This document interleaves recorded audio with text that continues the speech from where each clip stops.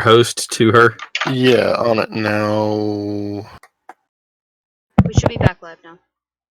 Okay. We are back live, and Hey. yeah, everybody's back in place. Awesome. So for the record, the last thing I heard before my internet reset itself was any spells I should be aware of to avoid. Or aware of, and then I lost whatever was being said after that. That was just me getting the reagents. I need to copy one of my to make a copy of my current spellbook, so I have a backup in case something happens to my standard spellbook. Yeah, I'm just letting you know where I cut out for stream. Mm-hmm. So player to DM. 42 hours of this boat ride. That is going to be what Satiel's doing. You're assuming that it takes 42 hours to get there.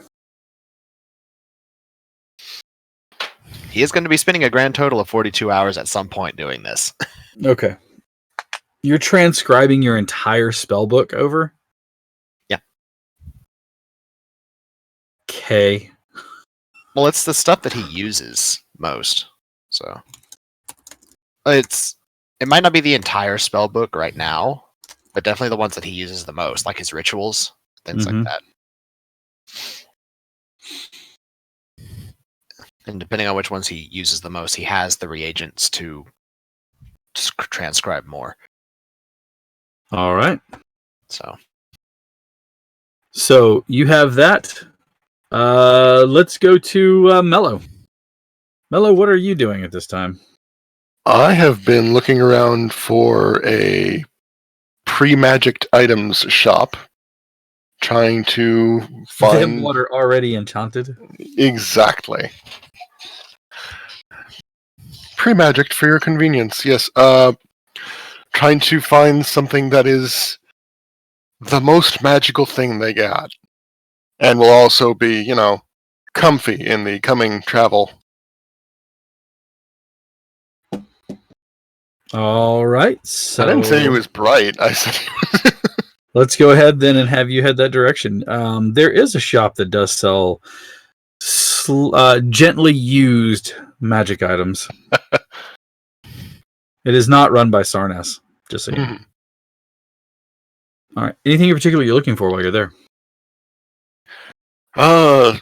Something to keep his heat up, something to keep his defense up, mostly. So you're looking for more of the defensive items as you are looking through the goods. And I would love to say that they're well organized and kept and neatly cataloged, but they are not. They're a haphazard, thrown together mess of things. Around the corner, you hear the sound of footstep followed by a clock. Footstep, clock. Footstep, clock. The human question mark that comes around the corner to look at you is mostly no hair. It's growing in patches. There's a big leather strap that goes around the head, and it's got a patch over one eye, and you can see a small glowing orb in that one. The other eye is like vibrant blue, like not even like a natural blue like these. It's like a vibrant blue. He looks at you. One half of his mouth doesn't open fully. The other half is... and you can see that he has a gnarled hand that has a guard on it. He only has these 3 digits on that hand. The other hand seems to be whole and hale, although it is covered with liver spots here and there. He's got one leg, and that's where the clock came from. He leans forward close to you. He's probably about almost 6 feet tall as he stomps over to you. There's something that I can help you find. Anything in the stores is for sale except for my leg and this thing. Fair enough. Thank you, good sir. I am looking for something to help me on my travels. Protect against the cold, protect against the steel. Protect against the cold and the steel. Yeah, okay. and he starts to stomp over to a pile where you can see what appears to be a measure of cloaks and things. And I say it's not a pile as in like, oh, your dirty laundry is there. It's a pile as in like, this corner has some things on the shelf, some things on the floor, a thing hanging on the edge of the shelf. He takes one of the this leather tarp looking piece, and he walks over to you and he throws it at you. He doesn't even like hand it. He's You try that one on. And of course, he does with a flourish. Yeah, it doesn't look right. Take it off. and he starts to stomp back over to the shelf again, pulling down another item. This time he walks over with a pair of bracers. Looks at you. You're wearing what? Studded leather armor? Words. Yes. Sledded leather armor? What? Yeah, no. Just standard leather armor. I do have the gauntlets of ogre power. He looks at you for a second with those on. He goes, This isn't much of a trade. and so he walks over one more time. And he looks at the rest of the things in that one shelf. This isn't the right one. And he stomps around out of your view again. All that you can know of his direction is the clock from his wooden leg that strikes the ground with discordant, staccato movements. A moment later, he comes hobbling back around the corner quickly, anticipating and excited. As he gets near you, he's holding up another cloak. Give me just 1 second here. Mm-hmm.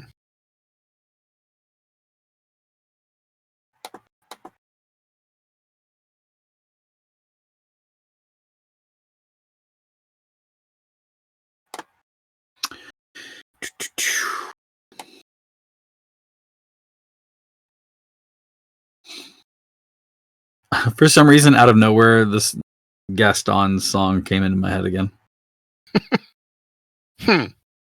But just the first part where it's like he's, gosh, it sure pains me to see you, Gaston.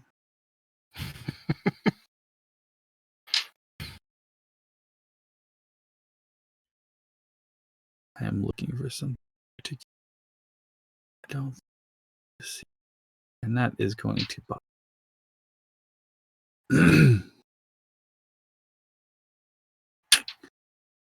Well, folks, that's disappointing.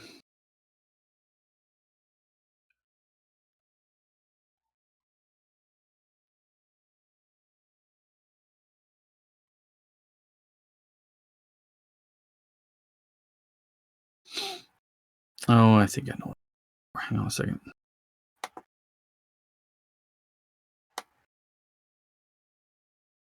You are quite obviously wearing armor, correct?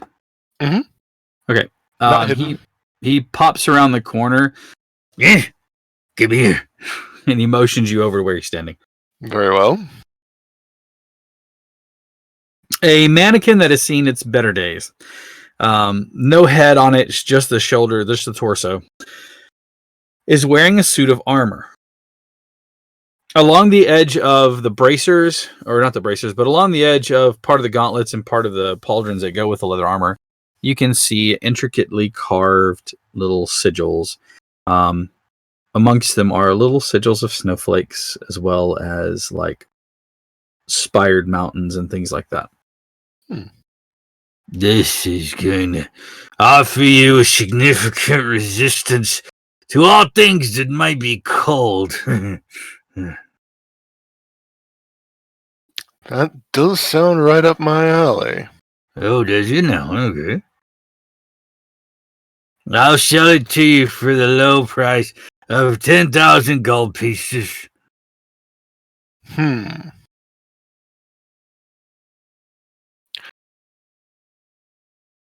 how about... And of course, I'm looking at my currency right now. I was like, no. Just outside my price range. Son of a bitch. Alright. Yes. least what I've- Are you not much of a haggler then?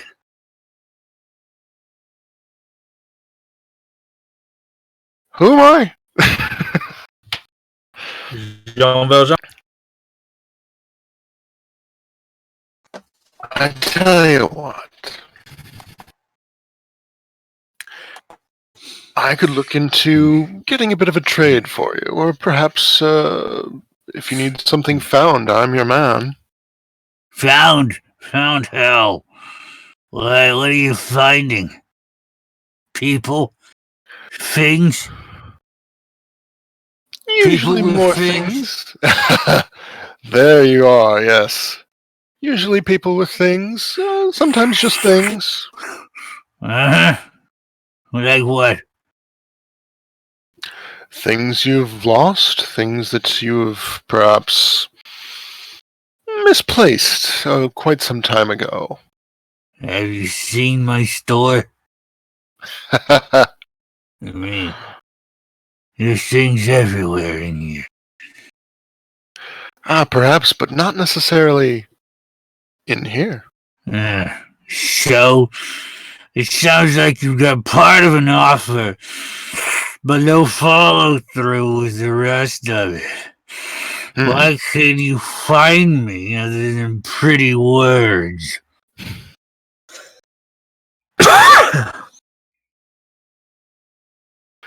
My good sir, if there's nothing you want, then I suppose it will have to be coin, and I will have to be on my way. I didn't say we couldn't make a deal. I just don't hear you offering.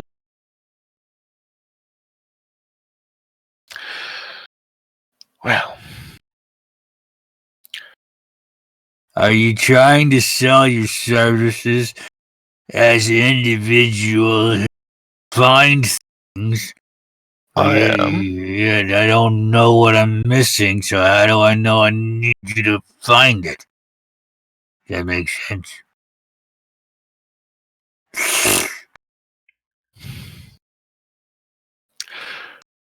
If you don't know what you're missing, then I suppose it would be hard for me to go Here, searching for you. I go understand. find my missing eye.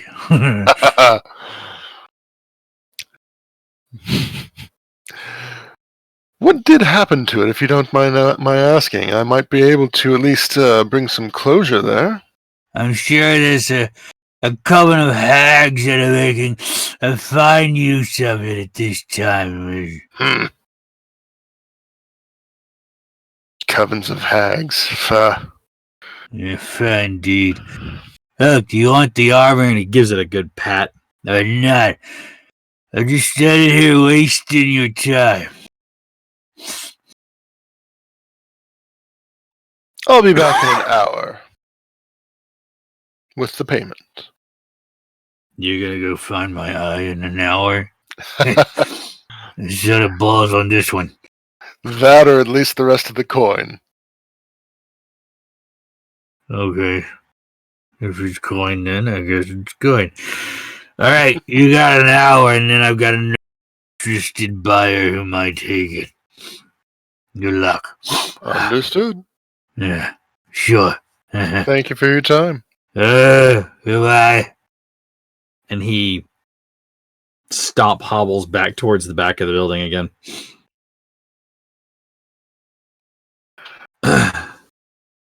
Who are you going to go see about the coin? Oh, Satiel. the lender. Satiel, the money lender. I mean, he's technically got literally deep pockets, so... Okay. Fairyton's kind of a big place. Give me a percentage roll. Actually, need a survival check. All right. Tracking your Azamar. Huh. Well, 21. You go, he's a magic user.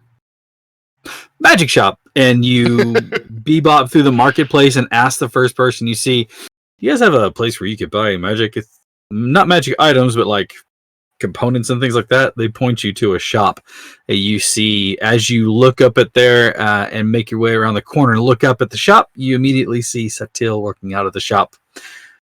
looking very rather proud, wearing this leather strap that's attached to this crate, like some sort of weird, vendor at a baseball game, like popcorn, peanuts, get your beer here, popcorn, peanuts. But he doesn't have any sort of goods to sell there. I should say he looks like a vendor at an arena fighting pit thing. Mm-hmm. Salted nuts. Oh, fancy seeing you here. You got yourself a are you becoming a salesman? Oh, muted. Thank you. No, these are arcane transcription reagents necessary for the copying and computation of my arcane components and spells. That is quite a lot of reagents, then. Well, unfortunately, with my version of magic, it's not something that entirely comes naturally. Like I'm not born with the arcane power within my blood, like some others might. I have to study inscriptions and the way the weave works, and then practice, which means I burn a lot of reagents practicing to design and create and make spells functional in my own version of arcane shorthand. I must say, I never thought studying was going to come in that handy, but that makes a lot of sense. It also helps to have some form of a mental trigger that you use to be able to cast spells of this nature. It's kind of a way of almost self-hypnosis, I suppose.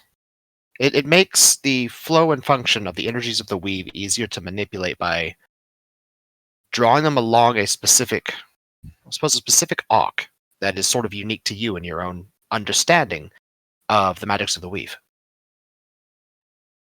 Sort of how I'm tied to both my fire and my music. Yes.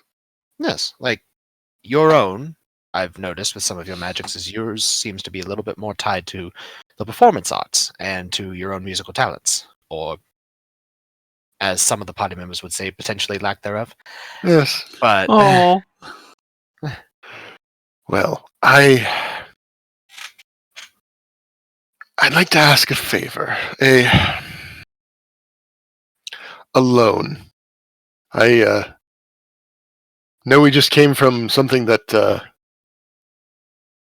well, we're not exactly poor, but there's something I really want. I'm not. I haven't found a brothel.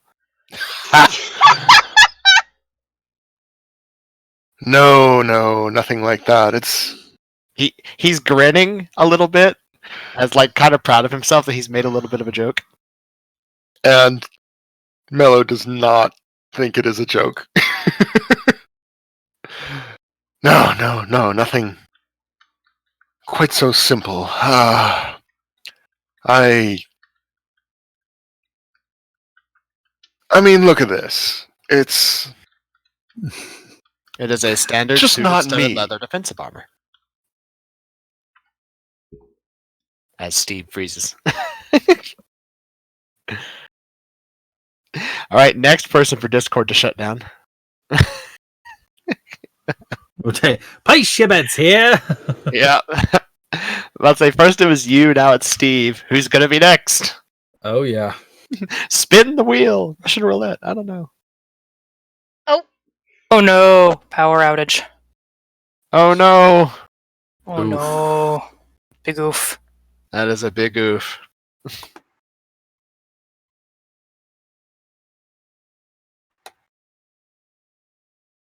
Hopefully it comes back soon.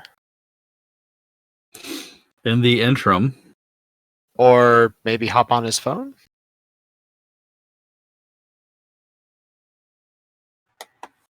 I don't know. Okay.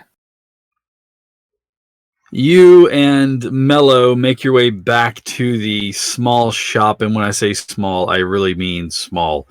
The first thing that you see when you enter in is the just discordant placement of everything in the shop that makes no rhyme or reason, and your right eye twitches just a little bit. No, it's not just a little bit. It's a full-on like twitch. Also, would like to say that those reagents are now like neatly like wrapped around, tucked away in the back Gotcha. because he's got plenty of room in there. Can you Okay, turn you to can us? hear me. Hello. I am on mobile because Hey. my computer is not actually turning on anymore. Oh. Oh no. That's not good. Anyway, it is very much not studded. It is just normal leather. Oh well. All right. Are you wanting studded leather armor? That would No, give you something higher far defensive prettier. properties. Prettier. Okay. Yes. Well, I don't laugh. Had the foresight that it seems like we're going to be going into somewhere colder, and wanted to be ahead of the curve. About 1,000 platinum ahead of the curve. Mello, you are aware that you're legitimately made of fire, right? I want to be warm. I want to be warm and pretty. I love this man so much. Well, I mean, you could probably walk into any tavern here and they'd probably agree that you're hot. 2 in the night. 2 in one night. Sasari feels incredibly proud, and it's not from her own actions, and she doesn't know why. She's just- Where am I? Why is it flashing?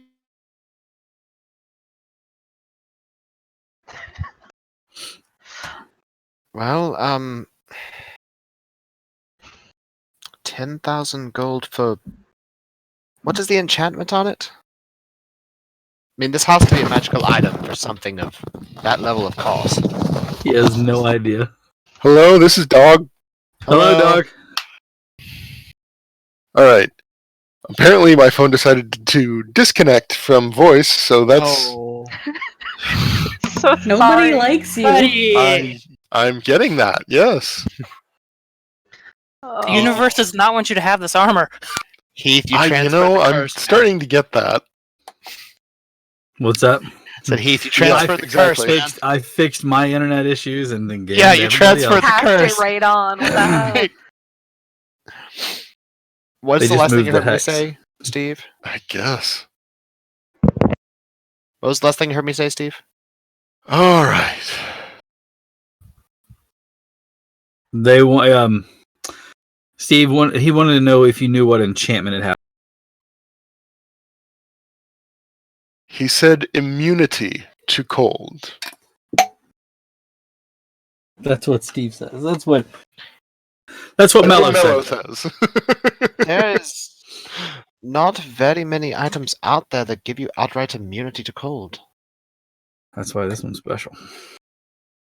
Well, It was Tell you also what. pretty. I can go with you. I can examine it and see what the enchantment might be. See if we might be able to barter the price down some. Okay, my PC's back up, and I'm ready. Hey. Okay. Nice. Scared me there for a second, but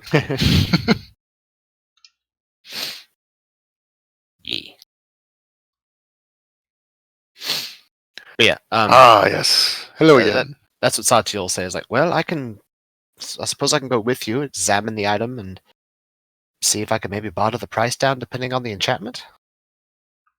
Am I Did you ask muted what- again? No. Can you not hear us, Steve? I can hear you now. Hey! Can you hear me? Okay.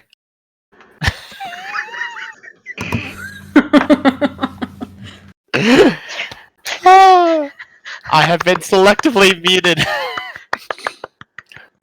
Okay, so it's Eric that's muted again. No, I'm not. Everyone You're else not- can hear him, dude. You're Yeah, the no, only it's too one. bad Eric's muted. For crapping out sakes.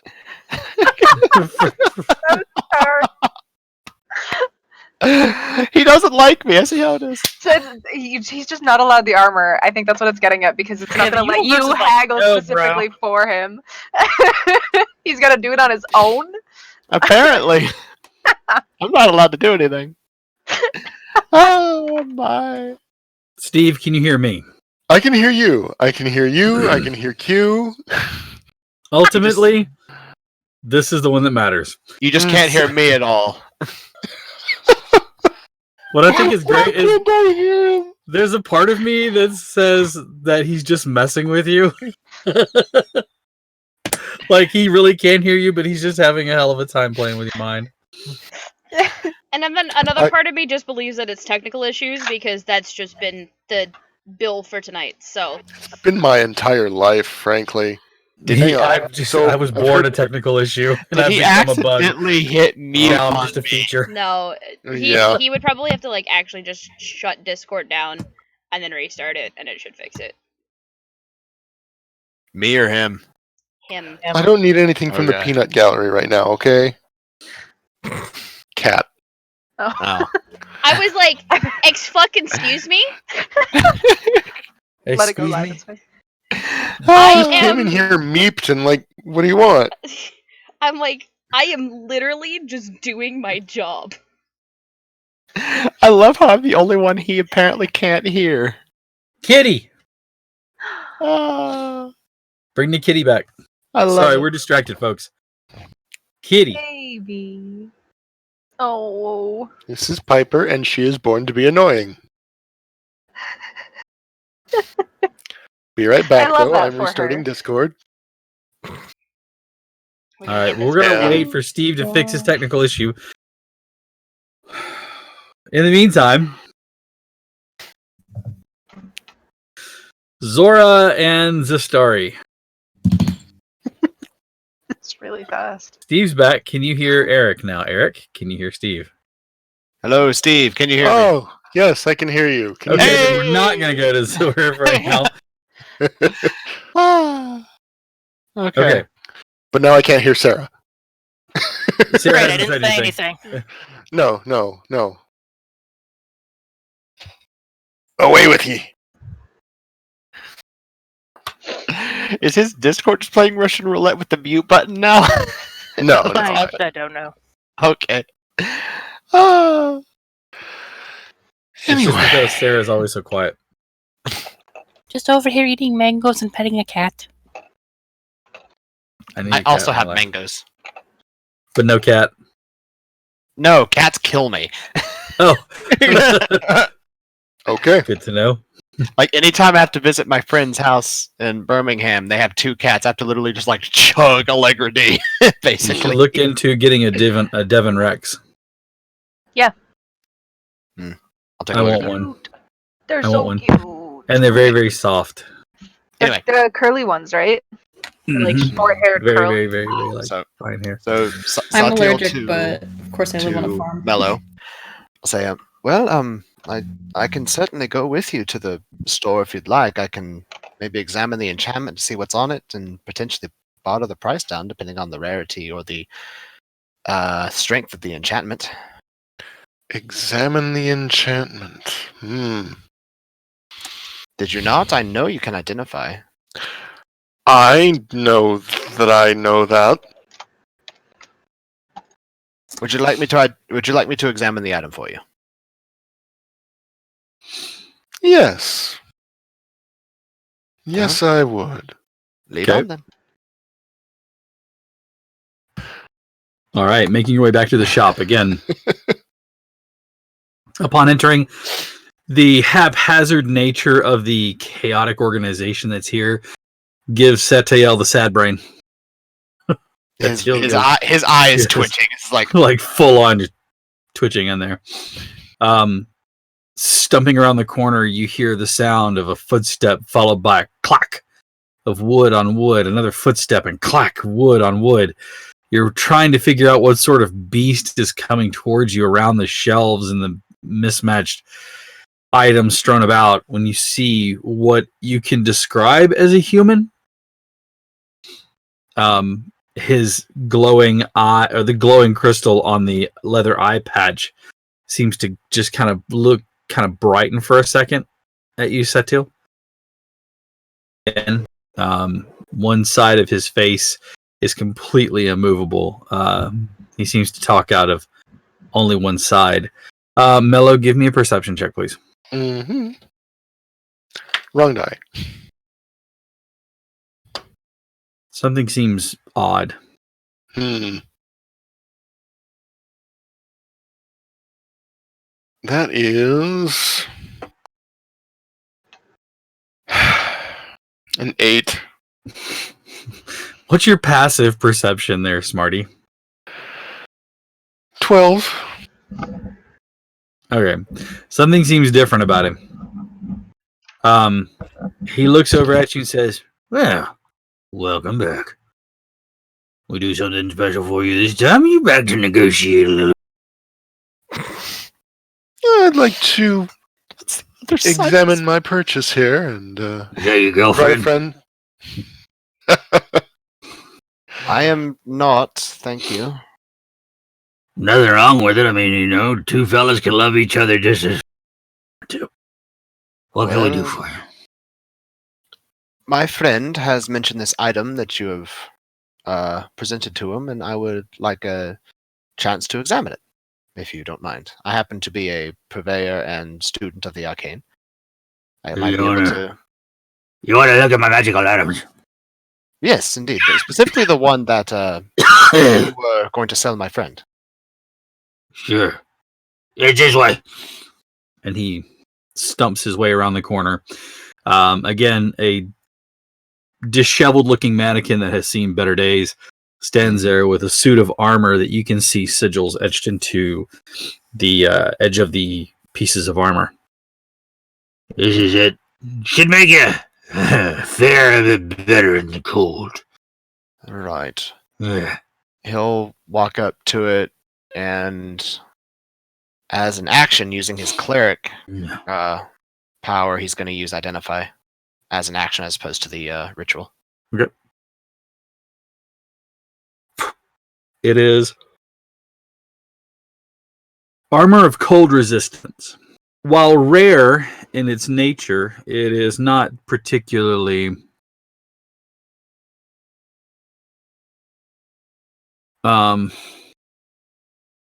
it's not a particularly difficult enchantment to do. Mm-hmm. You, knowing magic the way that you do, would understand that the price being asked for it may be a bit exorbitant. Yeah, he'll pause, look at it, and goes, well, the armor itself might be considered rare in some circles, depending on location and geography. Right, so it's worth a lot of money, like say 10,000 gold. However, the enchantment itself is not terribly difficult to imbue into any particular piece. 10,000 gold actually, as an asking price, is rather exorbitant for armor this type and enchantment. Now, you don't know what you're talking about. I took this off of a warrior myself, and if it weren't for the armor, he succumbed to the cold of the passes far to the north. Well worth his weight in gold, which would be about 10,000 gold pieces. How much did he ask for when he sold it to you? He didn't ask me for anything when he sold it to me, because he did sell it to me. What do you think I took it off of a soldier means? That's fair. Okay. Well, there are more than one definitions of that particular phrase. Now I know. However, the armor itself is studded leather, correct? As he looks at it. No, it is just straight leather. Straight leather. Okay. Mm-hmm. Well, straight leather itself is naturally a little bit more resistant to the cold. So the enchantment would actually be a little bit easier to take effect as opposed to metal or something with metal studs in it like studded leather would. And judging the nature of the enchantment and its strength, given the runes upon it, while not outright making one immune to the cold, as one might need in higher areas of the more mountainous ranges, it will give one a little bit more resistance to the cold, at least, but it's not outright immunity. Like, for instance, Mello, if you fell into the strait, this would not protect you against the cold of the strait too terribly much. He always just verbose. Sometimes. Did you find it on someone in the strait? No. Hmm. I tell you what, if I can get you to shut up, I'll sell it to you for 8,000 gold. Is that a fair price for that armor? Me as Give the me an player. insight check. Insight? Okay. No, you as the player? Oh no. Yeah, I know. Me as the player. Hell no. That is way. Oh yeah. Why am I rolling Way 2d20s? I don't have advantage for this. I don't know. I don't know either. That is a 18 total. Yeah, you know that it's still way too much money. Way too much. By about How much? Probably by about 6,500 gold. Jesus. Satiel pauses, and you could like his eyes actually narrow a bit as he looks at the man as his back straightens. Sir, are you aware that you are asking for almost 6,500 gold over the standard market value for a type of armor like this? He looks at it, looks at you, looks at it, looks back at you, looks at Mello. Fine. 6,000 gold.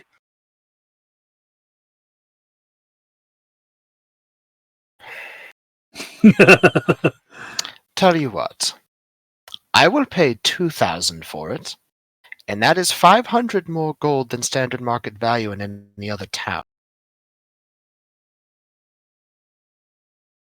Uh-huh.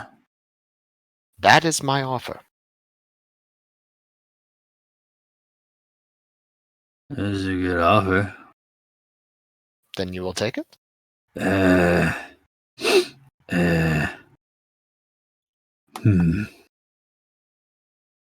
Give me a second, okay? Very well. He turns around and you just see his hands and you hear him. Well, I mean, it's more than what we got it for. Yeah, but then again, we can sell it to some other sucker who doesn't understand. But I mean, I've got to go right now. Be a lot of wine that way. True, this is very true. I say we sell it to him. All right, it was that Joe. Is his hands legitimately doing this as Yeah, he's talking? he's literally like as he's talking. So But his back is to you, so he's just talking to himself, and he's just motion. Okay. I'd see him going do. Mhm. And Satya's sitting there just like, he turns to Mel like, did he do this when you were here? Not that I noticed. I see. Okay. All right, he turns back around to you. I'll tell you what. You got a deal. We'll take it for 2,000 gold pieces. Very well. Oh, and the eye patches moved. Is it moved from since last time I saw him? Because it was over Or here. last time Mello saw him? The last time you saw him. Because when you walked in, It the was eye patch was over here. Yeah, now when it's Mello moved came in, it was over here. Now it's moved Yeah. back over. So now the eye patch is over here. Very well. He will pull out 100 platinum and 1,000 gold. He opens his hands up. Yep. And he will still hold it. And it's like, remove the armor from the rack first, and then I'll present this to you. Of course. And he starts to doff the armor from the mannequin. Okay. And hands it to Mello. And then Satya will present the money to him. It was a pleasure doing business with you. Would you like a receipt for your purchase today? No, it's fine. Excellent. Well, thank you for shopping at the bifurcated Manticore. And he just kind of bows. I love the name so much. Oh, boy. The bifurcated Manticore. Thank you for love that. it. As Satil just turns, goes, That's a thing that happened. yeah. As he just sort of pushes Mello out the door. we gotta go. Yeah. You now have time. Come back if you need any more items. all right. As they're walking, Satil will put a hand on his shoulder and is like, next time, please do your research for stuff like this. You almost paid 8,000 gold over the standard market value. I paid 500 over just to get us out. You meet And up thank with you for doing so. You meet up with Zora and Zastor. It's like, oh my gosh, you have new armor. Yeah, this guy was crazy. We all had to overpay to get out of there. Oh, you had to overpay to get out. You had to overpay to get out. Yeah, he wouldn't let us out. That must suck. Yeah. Man, what I wouldn't have given to have to overpay for something. Although I think the main story that he's gonna say is I just saved Mello 8,000 gold. But anyway, Also true. 8,000 gold that Mello didn't have. Which is Yeah. even better. That's also true. The starter's Alright, Tonga- reaction. I could have saved you an additional 2,000.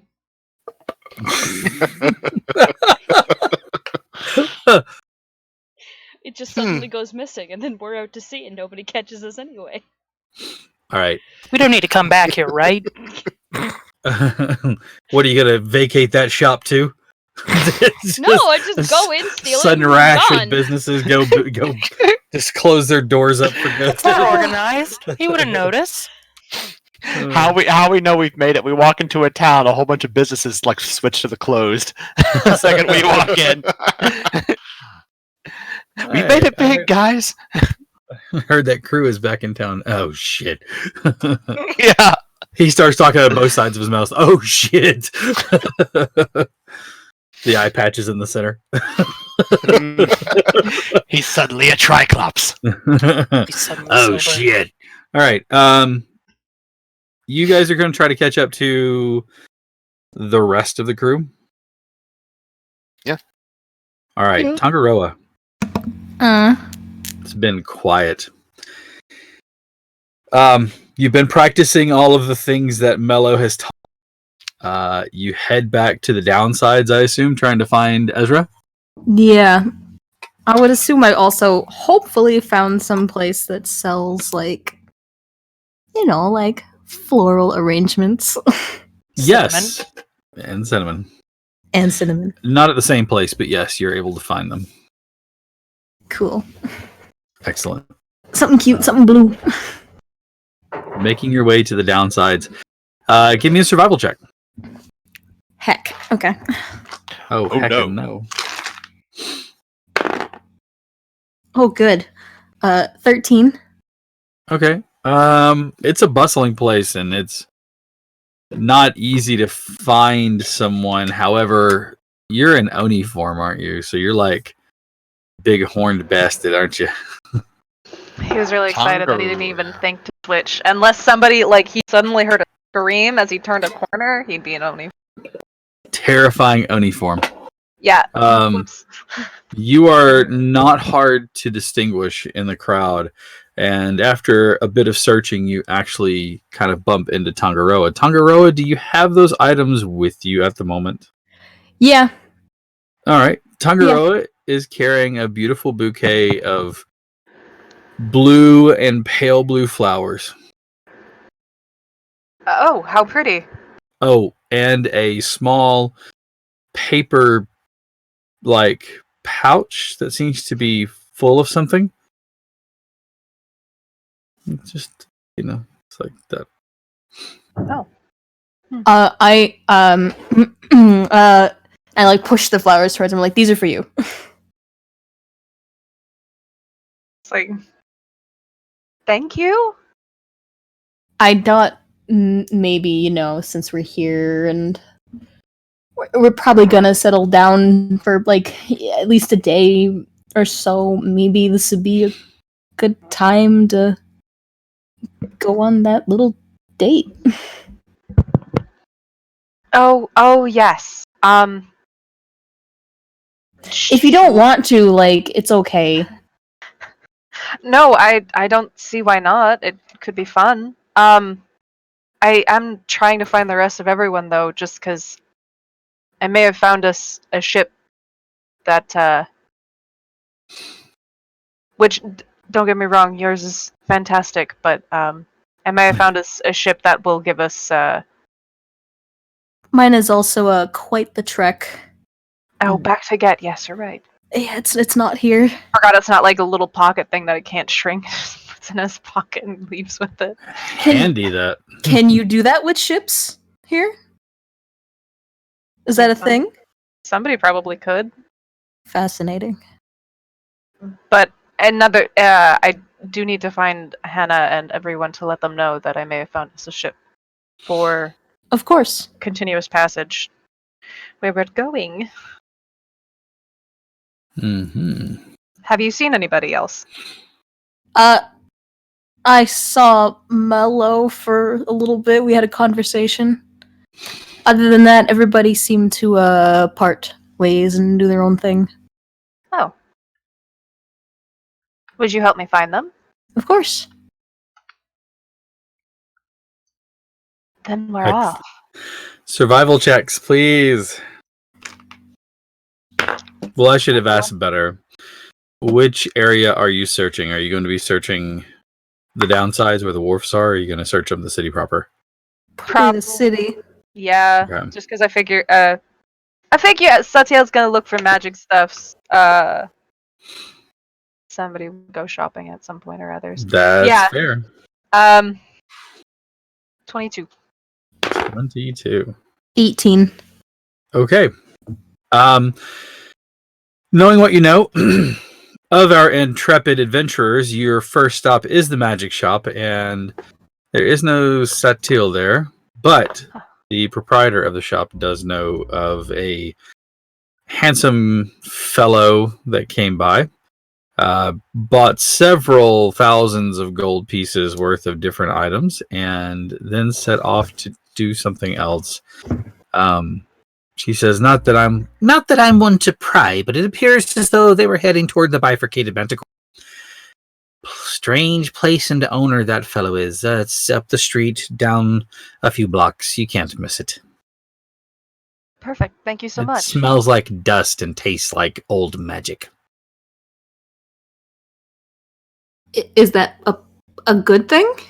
Dusty magic. Dusty.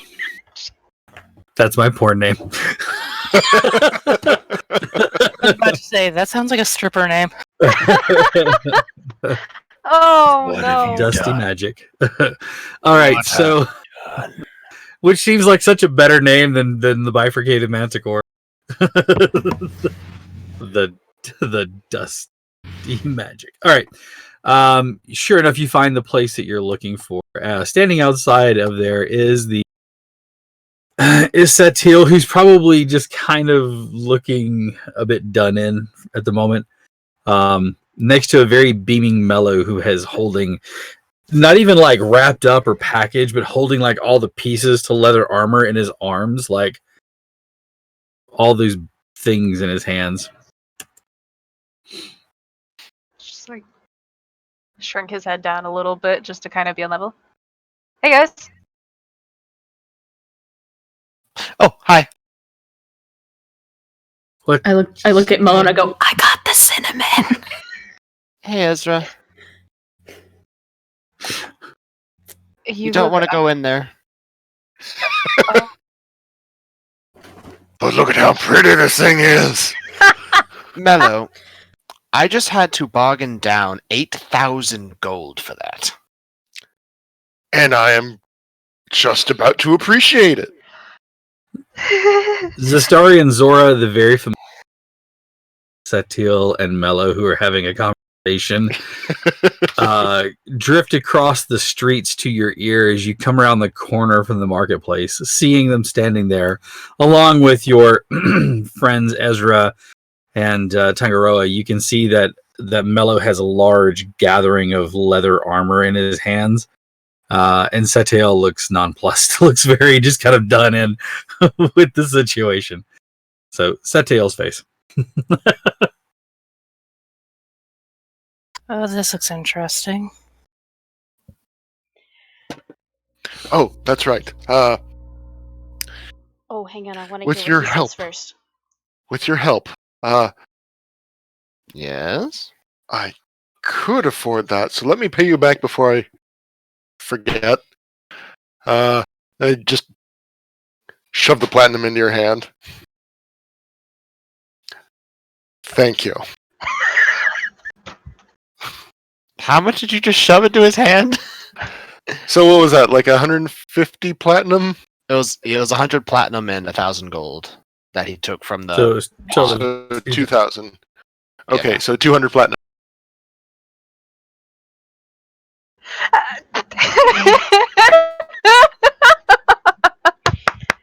Well, Zora, I can at tell least something we- really good's happening on cam. At least we know that we don't have to worry about people in this party paying each other back. Mellow. Unless Mello's paying Satil for something. And Do then we he wanna just know? he puts it in his bag, and then Satil just I brief don't just know. hug around Mellow's shoulders as a thank you. Oh, now I'm really curious. And then he turns around, looks at him, and goes, "Okay, I'm sorry. Pardon my undercommon. What in the nine hells happened to you two?" We're not over there yet. Mm-mm. We're standing across They're the just a street little- watching this. We're like, we want to Oh, see how okay. this turns out. Hang All right. on. Okay, fair. Okay. We're going on a date. You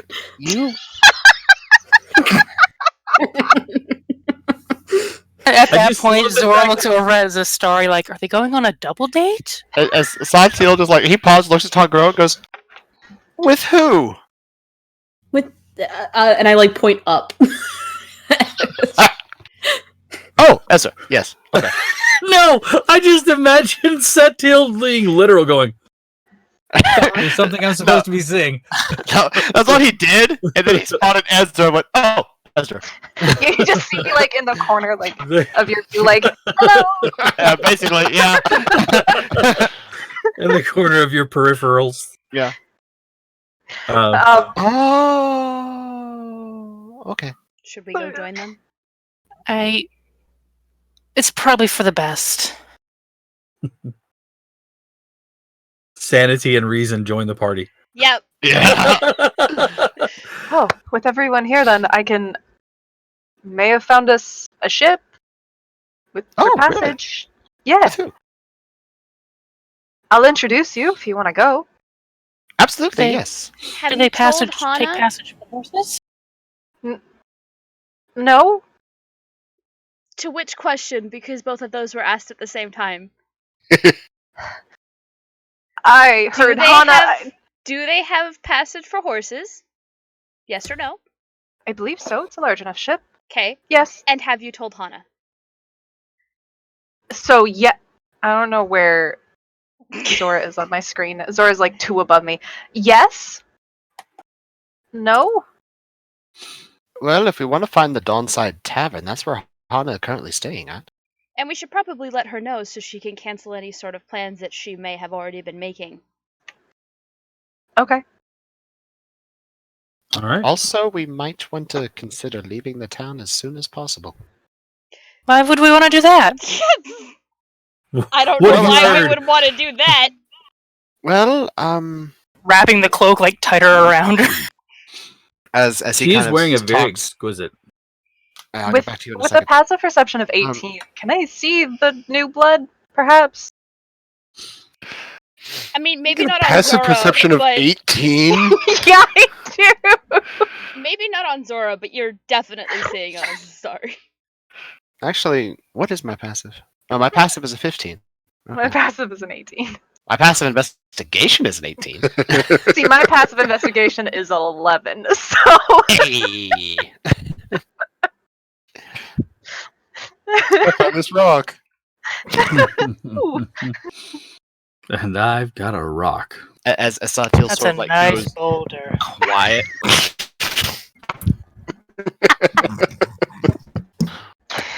Oh, Jesus. I love Shrek references. They're great.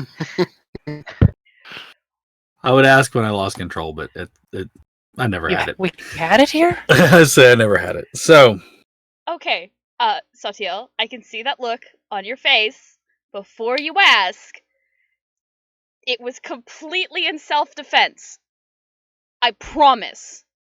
She's The party actually just telling the turns as truth. one. Yeah, we're all just like. I wasn't suspicious before, but now I am. Her hands are up, which of Wait, course Satiel's like dying. 1 second. Yeah. Eric's is dying.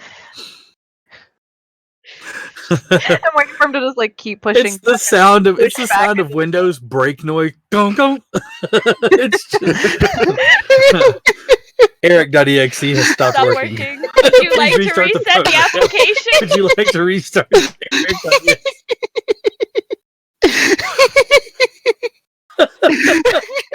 We'll be like this for 5 minutes, folks. Do we want to take a break? Compose yourself. Okay. While Eric laughs himself completely into a stupor, we're gonna take a quick break. Give us about 10 minutes. We're gonna collect ourselves, grab something to drink, come back, and real quick before we go into it, I wanted to talk about something real quick that's coming up. The newest book for Wizards of the Coast has been announced. So it is I'm going to say this wrong. It's the Mythic Odysseys of Theros or something along those lines. It is an actual Magic the Gathering D&D crossover book like Ravnica. Theros is a setting for Magic the Gathering, and they are bringing that campaign or bringing that setting into a campaign setting. That book comes out June 6th, I think, or June 2nd of this year, and then pre-orders are already on D&D Beyond. Again, D&D Beyond, our sponsor for this and all of our games for Monday night. Anyways, we're going to be right back. Guys, go get yourselves a fresh drink.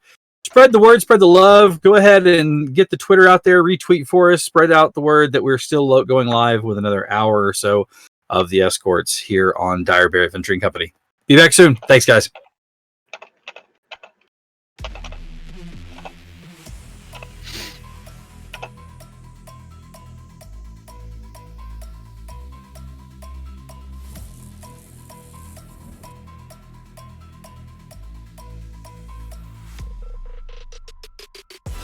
How heavy is that? Light work with the bass on the track, on my face in the back like I'm taking a slap. I need a drink, but it's straight from the tap. And I'm hating the slack, couple man slide around like the hate in the gaff. Please stop talking that trash, cause the vibes in the front all the way to the back.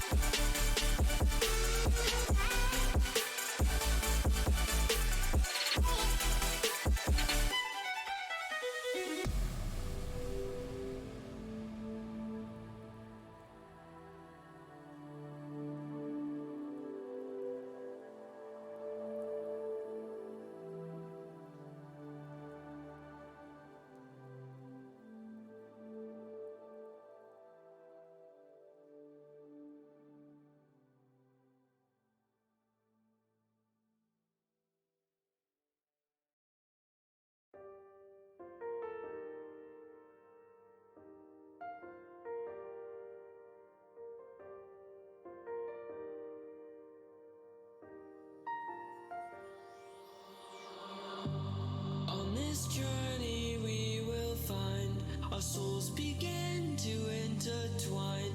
Your heart of gold, so pure, divine, and I lost myself within the fire, breaking free from my desire. A heart of gold, forged to inspire. It's starfire.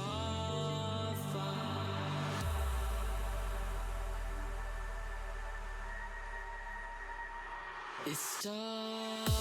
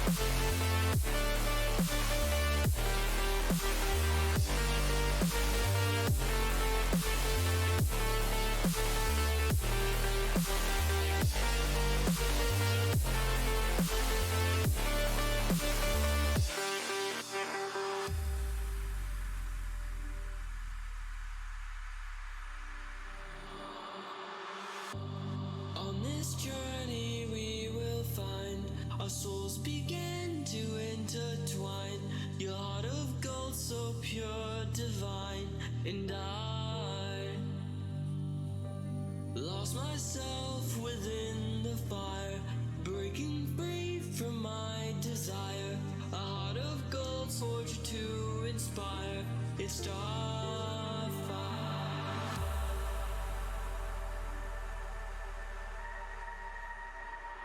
It's starfire, starfire, starfire,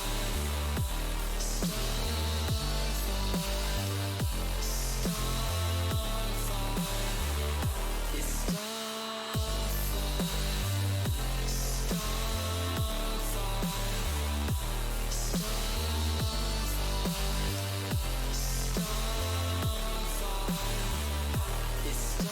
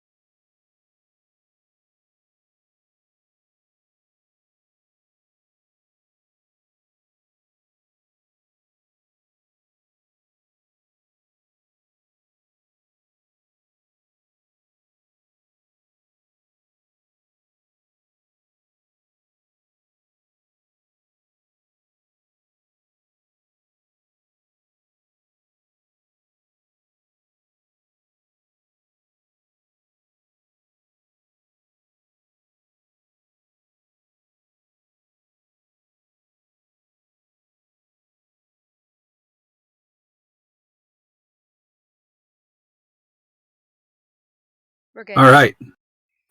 Welcome back, everyone. Thank you so much for sticking around. I know that was a little longer than I anticipated, so I apologize for that.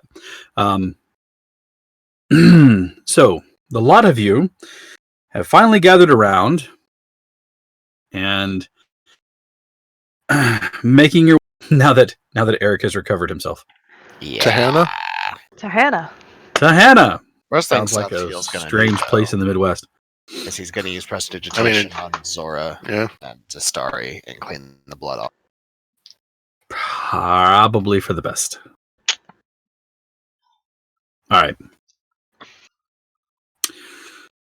You're finding her in the tavern, correct?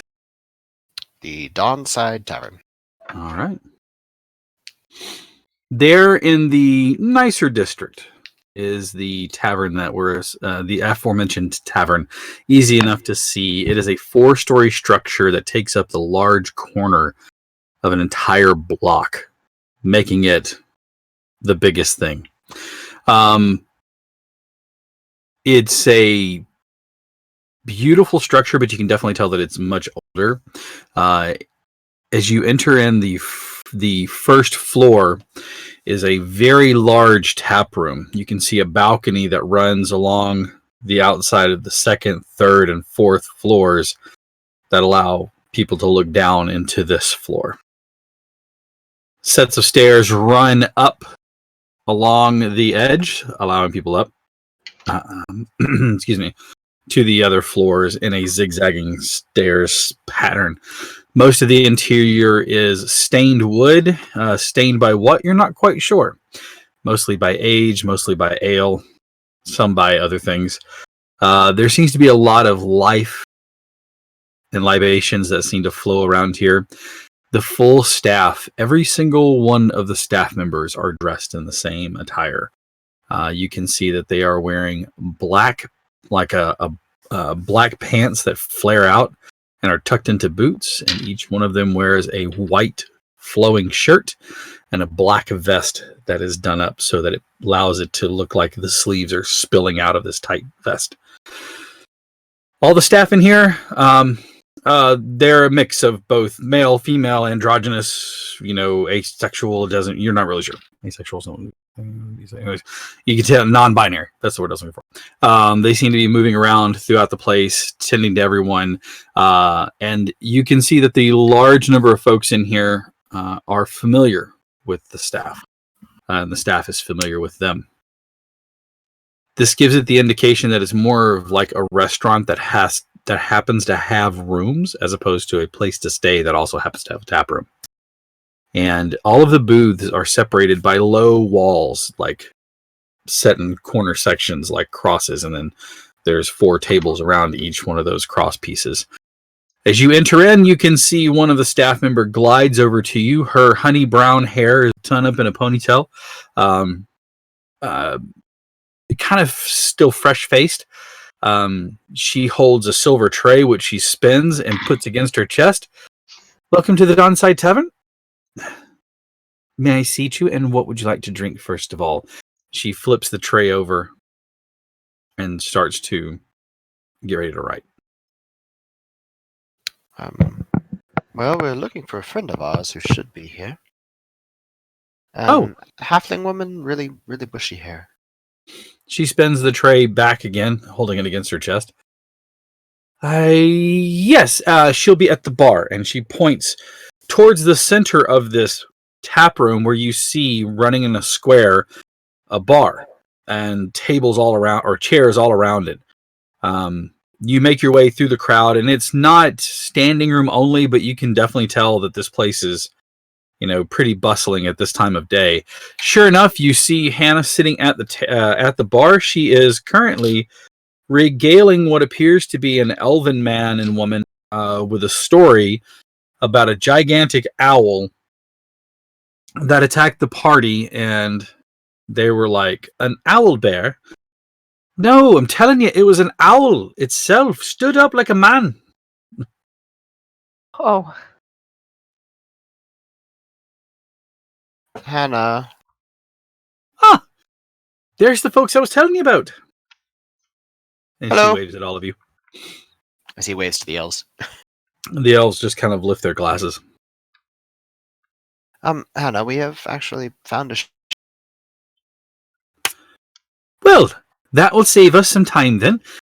These fine folk had a ship as well, but looks like we won't be needing your services after all. His face turns down at the corner. His mouth turns down at the corner as if at the mention of this. He kind of gives you all that very judgmental look like, maybe you aren't worthy of being on my ship after. Yes, well, good day. And he gets up and moves. She kind of gives a curtsy, her hands cupped together like this, and then they both move away from Hannah. She pats the table or the bar beside her, nonplussed by this whole activity. She's just like, whatever. And you mount up there. The ship, you see. Who was it? Ezra. The ship is called the Coral Snake. Oh, I like that name. Well, do you want to show us the ship? Yes, I'd be more than willing to take all of you. Wonderful. Well, my mommy. My mom's ship. So I'm waiting for that. Waiting for the John Mulaney moment. All right. She jumps down from her chair and kind of stumbles a bit. You put her hand on her head. Hey. Whoa there. How many of those did I have? Well, I we don't just even got remember. here, so I don't know. Oh, I've been here a bit at a time. And she reaches in her pouch and pulls out several coins and sets them up on the bar. Does that settle it up then? The bartender swings by, looks down at the gold, looks at her and says, gives her the thumbs up. And she gives one more out and kind of like tosses it up towards him. And she starts to make her way out of the tavern. She gets about halfway down the tap room walk, like the empty walkway there. And she stops and turns around and looks at you for a moment. She goes, I'm from the bloody idea where I'm going.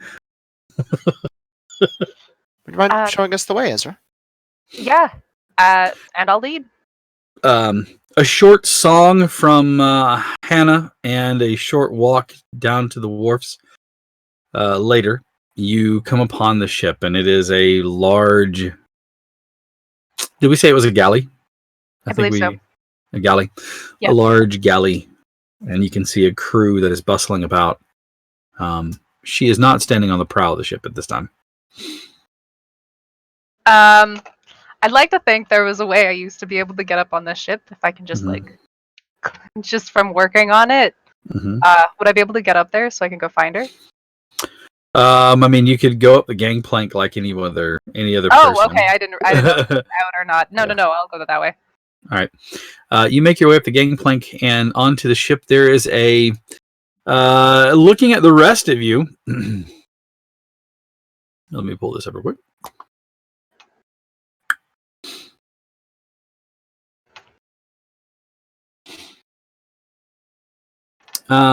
Dressed in kind of a slightly dingy apron. Tell us more give me a better description since you know him so well. Who? Your uncle. Oh, so he is a tallish, he doesn't match Ezra's height in the slightest, water ganassi with short hair. He's... Oh god, how can I describe him? He's slender and likes to stand tall. He has that attitude about him whenever he stands. But he's a bit of a prankster at heart. I lost my shoe. Sorry. So we know who was encouraging Ezra as a child. Yeah. Oh yeah. If Ezra was getting into trouble for anything when he was young, it was because of Dalt. He sees you and he immediately hike one eyebrow up. Well,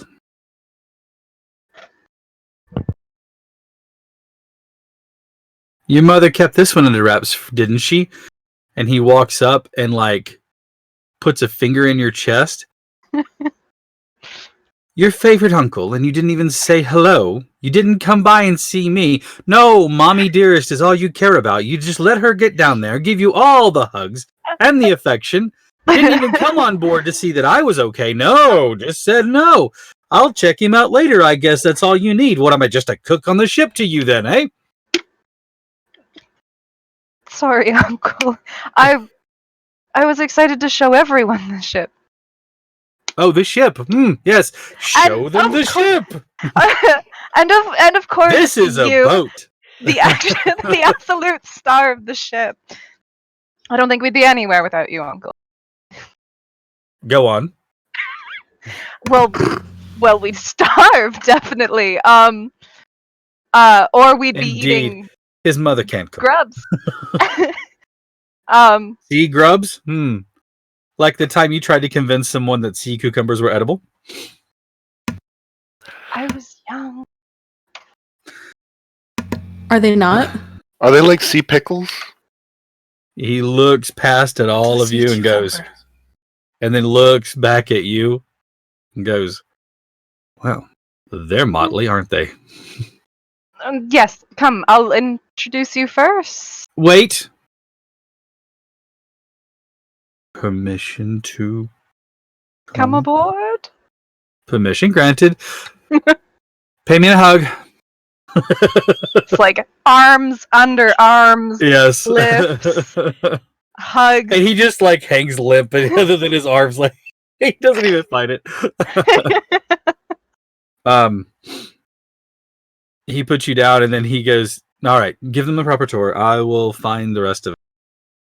Okay. If you come across, Sarah Yes. and Brugger, Mm-hmm. they're having a bit of a spite or a bit of a spat. Don't get in between it. Trust me. Oh. Yes. Feels okay. I will make sure to keep an eye out. Please do. I'm sure we'll meet everyone formally later. In the meantime, I need to pop over. And he marches again, keeping himself very upright as he kind of walks down the gangplank, very stately. Well, before even going more onto the ship, gonna lean back for the rest of the group. You guys can come aboard. I'll introduce you to everyone that we come across. Oh, okay. Steve's frozen. If I don't know if I see him typing. I tire of these blackouts. Oh no.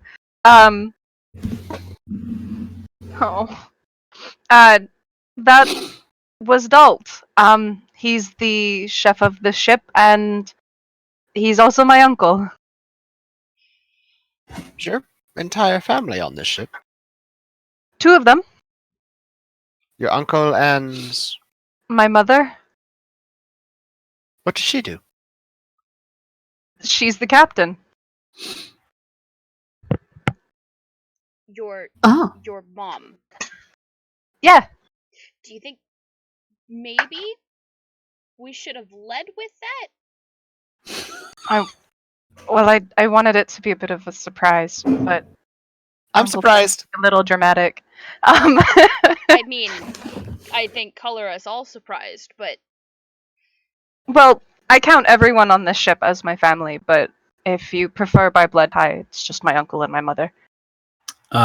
Which at about that time, as you're all standing just at the entrance to the ship on the side rail where the gangplank ends, the door to the captain's cabin opens up, and out steps the captain herself, followed by a half-orc and a very sturdy-looking human. Woman. Sorry. Forgot a word there. Hello. The captain stops and looks at all of you, sees Ezra and says, "You're friends then?" The sturdy-looking woman grabs or taps the captain on the shoulders. We weren't done here with this conversation. The half-orc stands there, folds his arms up, and says, I believe the captain done made a decision, and that's the way it ends. She looks at him. I weren't speaking to you. Captain just holds a hand up and says, listen, I've made the decision. You're staying in the same bunk room. I don't care who wants the bottom bunk. I told you you're taking the top bunk. And Brugger holds his hands up and like, Grr! She looks at the captain. The sturdy-looking woman looks at the captain, just like narrowing her eyes. All these years we've been together, and this is how you treat me. She just laughs and pats her on the arm. She says, someday you'll be captain. You don't have to worry about sharing a bunk. Unless I want to. Unless you want to. He farts, Captain. I understand. And then I snore with my mouth open. It's not right. I will switch it on the back. This is the most ridiculous thing. Both of you get back to work. Aye, Captain. Why do they just not alternate each day if it matters that much to them? Aye, Captain. Or foot to And head. They walk by. They don't stop and say anything to you. Serafina kind of gives you, like, as she's walking, she loops an arm around your neck and then lets it slide. Brugger gives you, like, a nudge in the side, and they just keep going back to their duties. The captain makes her way over. Proper introductions. Everyone, this is my mother and the captain of the Coral Snake, Eleanor. Eleanor Azurite. It's nice to meet you all. It's nice to meet you too. Down the line, we have Mello, Zastari, Satael, Zora, and Tongaroa, and this is Hannah. This is a rather big boat you've got. It's a ship. Boats get rowed. Bigger than anything that we have. Like, who did we just lose and get back? Hi. Steve. He's back. Supposedly. She looks at all of you in pleasantness, but as soon as Tongaroa says bigger than anything we have, she steps forward and looks at you. And she's just drinking you in, and she's I've traveled the seas for a long time, and I'd hoped to meet some of the Tritons at one point in time. Fierce folk. Yes. I would say that we're quite well known. On the seas, at least. Maybe the mainlanders aren't too familiar with our people.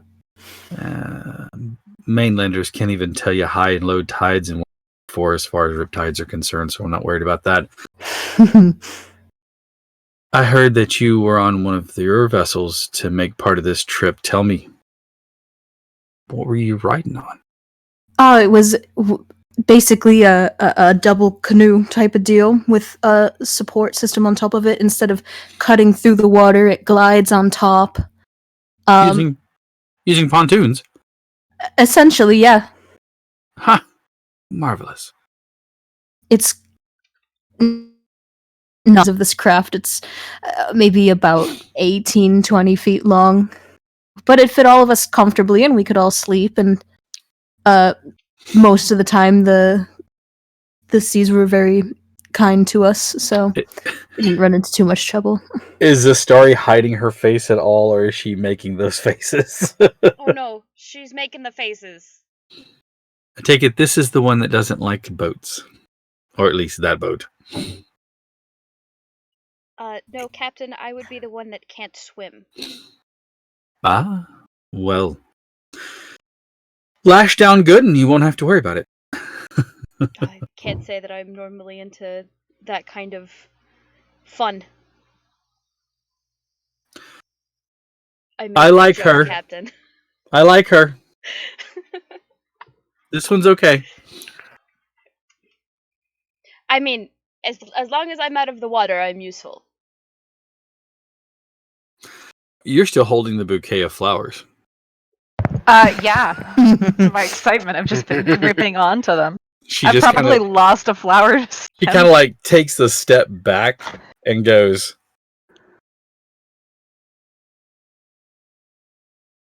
"Explain yourself.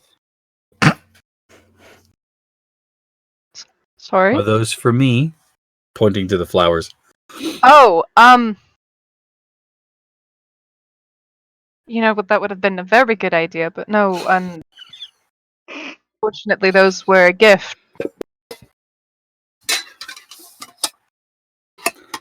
From him. Do we all just point to Tonga, just like the rest of the party, just like down the line? Yes? Is Tonga still holding the cinnamon? Like the little pouch of cinnamon? It's probably in like my bag. Okay. She just looks at you and gives you kind of a discerning look for a moment. And then says nothing else. And she says, well, we're going to have duties for everyone. I'd like for all of you to report to Serafina to make sure that you have the proper steps on what you need to do. We're going to set off soon. No, we're going to set off in the morning. We have a few more packages to load. Yes? Do you by chance also allow horses on the ship? We can make room for the horse. I mean, if it's I don't want to be trouble, but are we going to be coming back this way? I would pray so. I mean, there's not much on the Isle. It's sort of a last bastion of place, this sort of thing. Looks over at Hannah. Are we coming back this way? Hannah says, sure, of course we are. Hey, Why wouldn't we? I don't know. I mean, unless you want to turn your life over to my patron. That's your decision. No. No. No. Right. I'll, you said you have some, and she starts to talk to the captain about the orders that they have from, like, supplies and things like that. And they wander off. The very stout looking, and when I say stout, I'm talking like... Well, here, I can post a picture. Yeah, like muscly. She looked as, how does it go, Molly? Thicker than a Snicker? Oh, yeah. Thicker than a Snicker.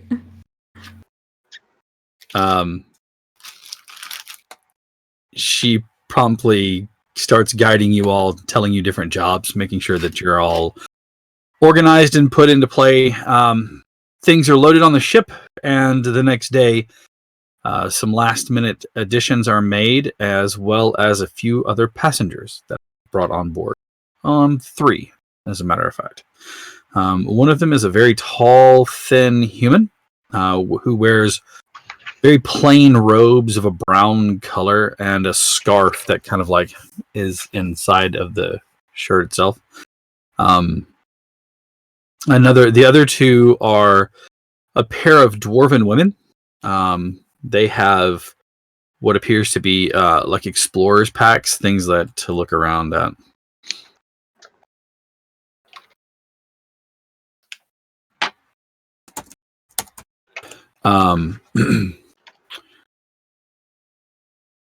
The very tall human kind of keeps to himself. The 2 dwarven women, though, are very open but very brusque about things that they're doing. You come to learn that their last names are Goldenheim, Goldenhamme, Goldenheim.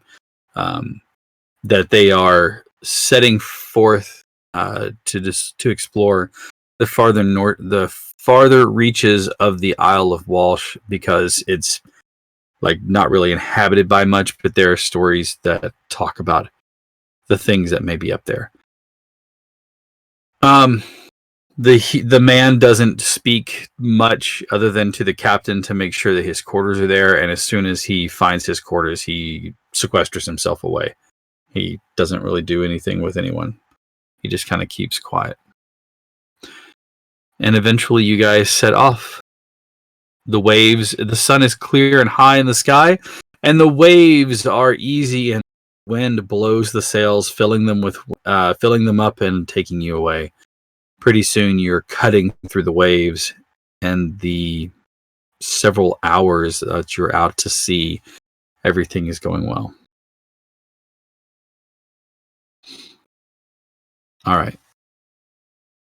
Upon the waves, there's not much to care for. However, you do notice that those of you who go below deck to the second levels do notice small windows cut into the side, and you do recognize several guns that are mounted, currently locked in position. The ship itself seems to be run by a tight crew. Other than the main crew, there are some others that were brought on board that seem to work in it. They just kind of keep to themselves, do their jobs. The first full day rolls around. Find yourselves rocking through the waters in the evening. The wind has died down a bit, so the sails aren't quite full. Mm-hmm. How much time between the work that Satya will be helping with? I'm not sure what that would be, given him being a magus. How much time would he have during that day? It's not for time for yourself, like close to 16 hours. Okay. We'll say during 10 of those hours then, to himself, he's going to transcribe those 2 scrolls into his main spellbook. Okay. Easy enough to do. And maybe attract attention with the occasional bang or light show of something moving or getting levitated. But as during one particular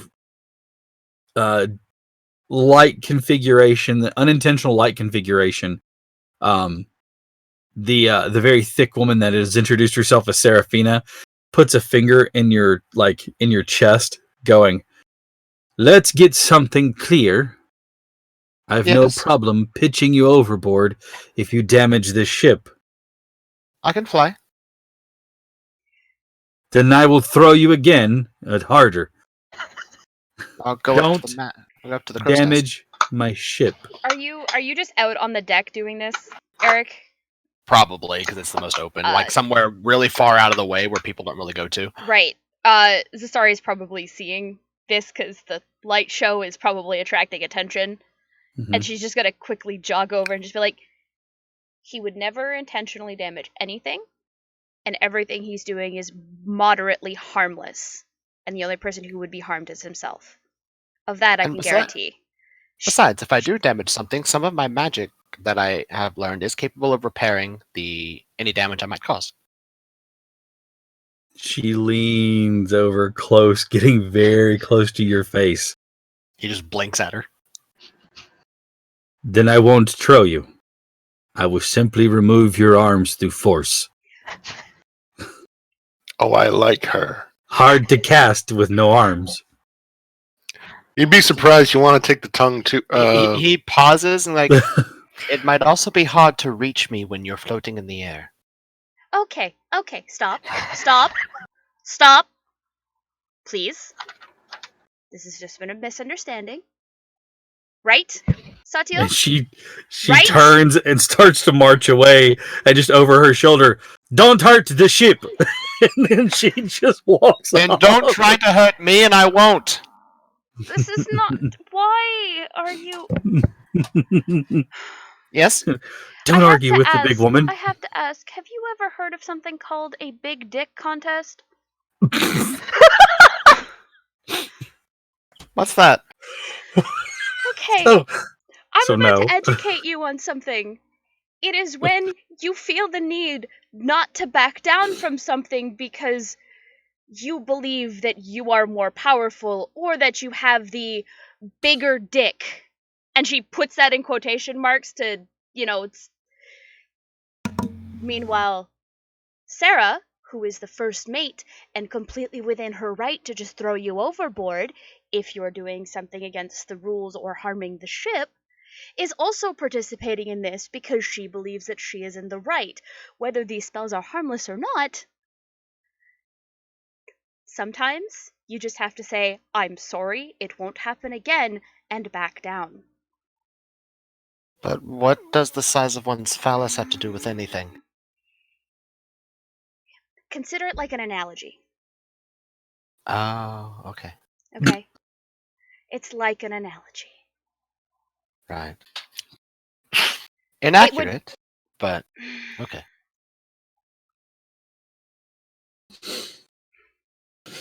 He says inaccurate as ironically is accurate, but Okay. How can somebody so intelligent be so oblivious sometimes? Book smarts and street smarts. Phrased in a monastery. I doubt they've used the dick measuring contest phrase a lot. You're probably right. Oh, before I forget, Mhm. you wouldn't happen to have a book roughly the size of your spell book on hand, would you? That I would be able to borrow for a grand total of 2.5 minutes? I have approximately 7. Would you mind? Anyone in particular? None that you're too particularly concerned with. I'm not stupid enough to So- ask for the spell book. And that is wise. He will pull out just one of his notebooks basically and hand it to her. 2.5 minutes later, she is returning it with no other words, and then she is actually probably back up in the rigging because circus trained. Okay. I mean, Yeah, it he's going was, to transcribe the spells. she probably would have been in the process of doing her daily allotment of work Mhm. whenever that was going on. Yep. All right. The next day finds more gulls in the air, and as you start to see towards the later part of the day, the island breaks, and I say island as though it's a small thing. It is quite large. Cliffs rise out of the ocean or out of the channel, white stone that rises up. Where the top of the cliff ends, you can see high walls that start again. Crenellations and battlements running around the outside edge of this wall. You can see as they start to come, they turn the ship to go parallel with the coastline, riding around. The wall appears to engulf the entirety of the island as far as you can see. And there's no real break in the cliff. Jagged rocks give you pause, worry that they're going to get too close, but you can see that they are well skilled at piloting this vessel, and they keep their distance. In the last bit of the night, the captain tells everyone to drop anchor so that they don't drift. And the ship seems to come to a restful state. The sails pulled in, and everything seems to come to just a drift. The captain seems restless as she's moving back and forth along the starboard side. Sorry, doing math in my head of where you guys are logistically. She's pacing back and forth along the starboard side of the deck. You're not sure what time it is, but eventually you see what maybe the captain was looking for. What's that? Satiel knows exactly what time it is. Satiel would know that it is 9:35-ish in the evening, so, or according to like North America Standard Times. Anyways, you see a series of lights on the coastline.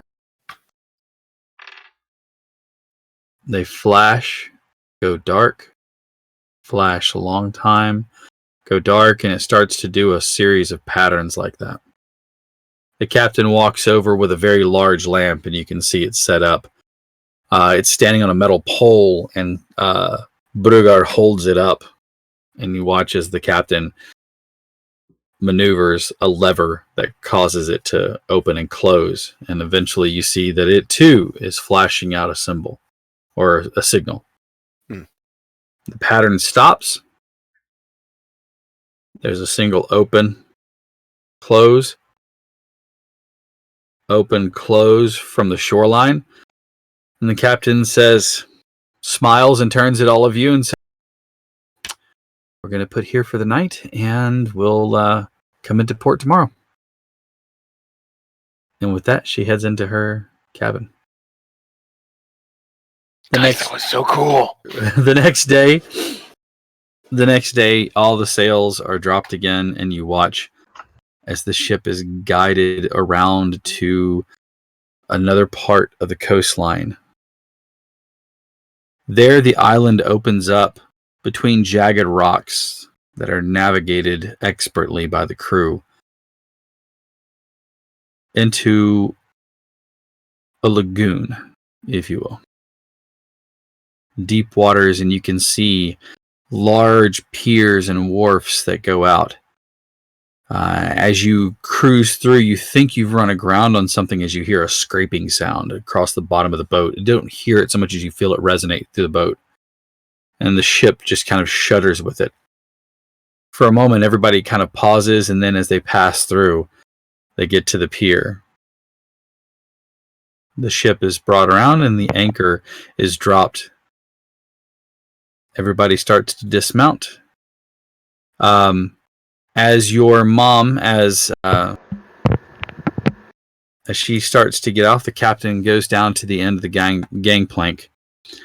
Eleanor looks to be talking to a very large humanoid figure. There's a robe pulled up over his head. You can make out a snout, but not much more. Just barely peeking out from there. A hand moves and you can see, although part of it is wrapped, you can see fur and long fingers, claws on the end of them. Not talons, but claws. And he points and moves his hand.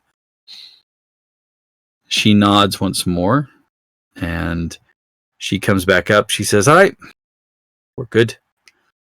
Let's get going. Hannah is excited as she bounds down the gangplank ahead of everybody else.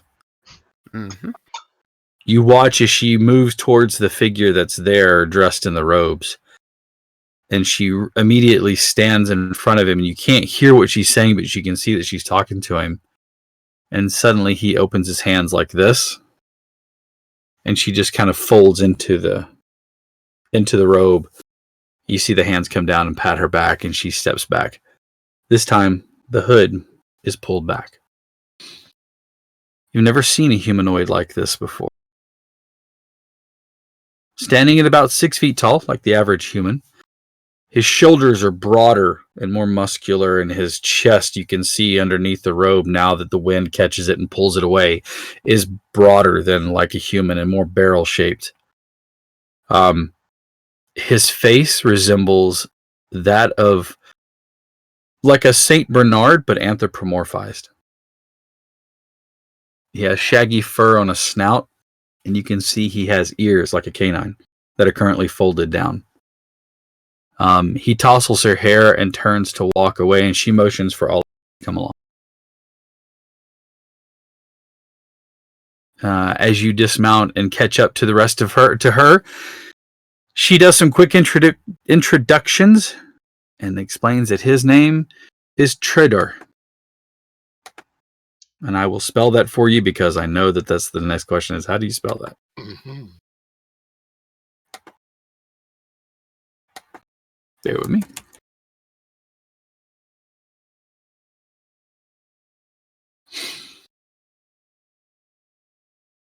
He introduces himself and says that he is one of the keepers here. His voice seems to rumble from his chest. And it's a deep, resonant, soothing sound. Somewhere between like a low growl and a sigh. I'm so glad you've returned her to us. Were you worried about her? Come along. You'll have a place to stay with us. We'll make sure that everything is well tended.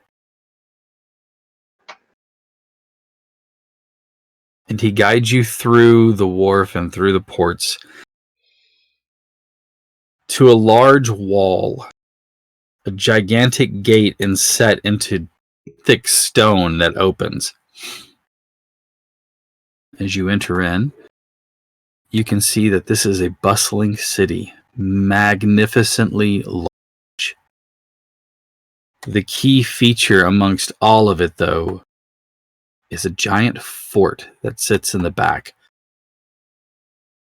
A tall but squat at the same time thing, this broad, sweeping towers that seem to move through it, set far enough inland that it can't be seen from the ocean. He looks at you all and says, "Welcome to the Grand Acadium." And he makes his way into the city along with all of you. You have a new place to explore, new people to see.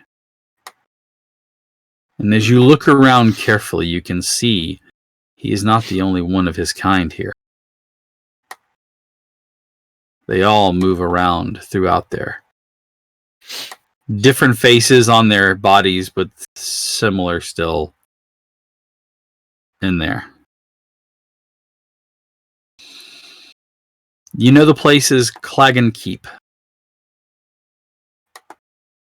He tells you that it is the last vestige of human or humanoid existence before the Northern Lands.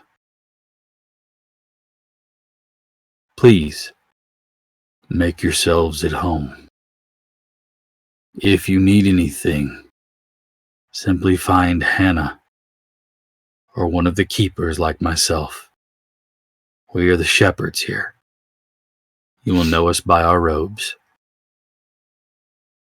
And he smiles and nods as he and Hannah start heading towards the keep itself. And then as they disappear down the city streets, that is where we're going to call it for tonight. Okay. Welcome to Clagan Keep, everyone. And welcome to another level. Woo! Very good. Sorry, Zastari's question. Very good. Is anybody gonna tell her she just left without her orb? Nope. Okay. She'll She'll learn. figure it out. Yeah, she will at that. We're not hard to find. An orb? Or you're not hard to find? Yes. We are not hard to find. Well, you are not hard to find. Orbs are also not hard to find if you're not picky about the kind of orb that you're looking for. This is fair. A huge shout to the crew for running with us tonight, and Steve for sticking with us through his technical issues. We had the magnificent Sarah, who was playing Zora, Eric, who played Satil. We had Q, who was playing as Ezra, Maddie, who is not only our host, but also Zastari. We had Steve, who was playing Mello, and even though she is not on camera, Molly, who was playing Tangaroa. I am your DM, Heath. Thank you so much. Again, some shout outs to D&D Beyond. Thank you so much for the support that they provide us and giving us use of their tools. Please go look at their site. It's fantastic. All of your books are there. You can find them in one location and keep them there. They will probably more than likely be at just about any convention you can go to. Specifically, they know that they'll be at the Comic and Pop Culture Expo. So if you are in the Huntsville area, April the 18th and 19th, you can play games with me, but also pick up some neat stuff from them. We are currently working on, and when we say we are currently working on, this guy right here is currently working on trying to get some stuff from them to give away because, hey, I think it would be cool to get some swag from D&D Beyond. Stickers, whatever else.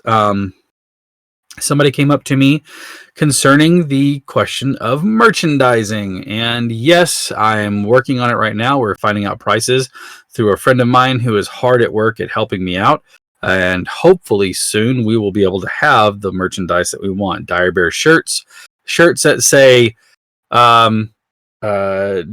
isn't she, or wait, she's circus trained. Shirts and hats that say Jesus just like she was a friend from Monty and stuff like that. Open your throat and don't choke. All those fun things that you can have. So keep an eye out for those. We'll probably just start with something simple with the Dire Bear logo on a shirt, but we'll have all of those coming really soon. We're just working out the pricing as far as one of the one of the makers in the Huntsville area. So keep an eye out for those things coming soon, and I will post more of that as it comes out. Also, we have Google Review. That's right. We have a review site. You can actually go and say, hey, I watched these guys run, and I think they're fantastic. If you are one of the people who got to play with me in any given setting, the weekend, Thursdays, Fridays, whenever I'm out there, please go by, drop a review, tell us what you think, give us some feedback. We really appreciate it. We should see an influx of people who joined us on YouTube. So welcome everybody who joined us on YouTube. Please go fill out our review. We had really positive reviews so far. We'd like to keep that up, but we also would love to hear your feedback if there's something that you think we could do better or different or whatever else. We would appreciate that as well.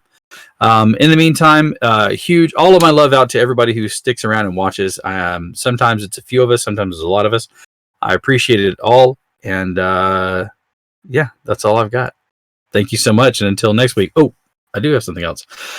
Tomorrow night, Esper Genesis. Wednesday night, Monster of the Week. And Thursday night with Descent into Avernus. Tomorrow, you guys are getting pretty close to the end of Esper Genesis, aren't you? And 2 or 3 more sessions. Yeah, we're almost done. And with that in mind, the new show is going to be Vampire. Yep. It's called Valley by Night, and I love Jason's storytelling because he puts so much of the home area that we're in here in the River Valley area. He puts so much of that into his stories. It's so much fun to watch and listen to because I understand where they're at, and I can recognize that. Valley by Night will be no different. It's going to be set here in the Tennessee River area, and it's going to be. I'm looking forward to just listening to it. I'm not going to be able to play, unfortunately, but I'm looking forward to hearing it because I think Jason is so fun. And if you ever wanted to really just listen to a very Southern DM, he's so much fun. To that point, we have also Monster of the Week going on Wednesdays. It was hosted by Q here. You have a group of players that are set up and ready to go. And speaking of Southern accents, how are you holding on to your Southern accent when you play there, Maddie? Great. All right. I know that Maddie is in that. Who else is in it? Let's see. Molly.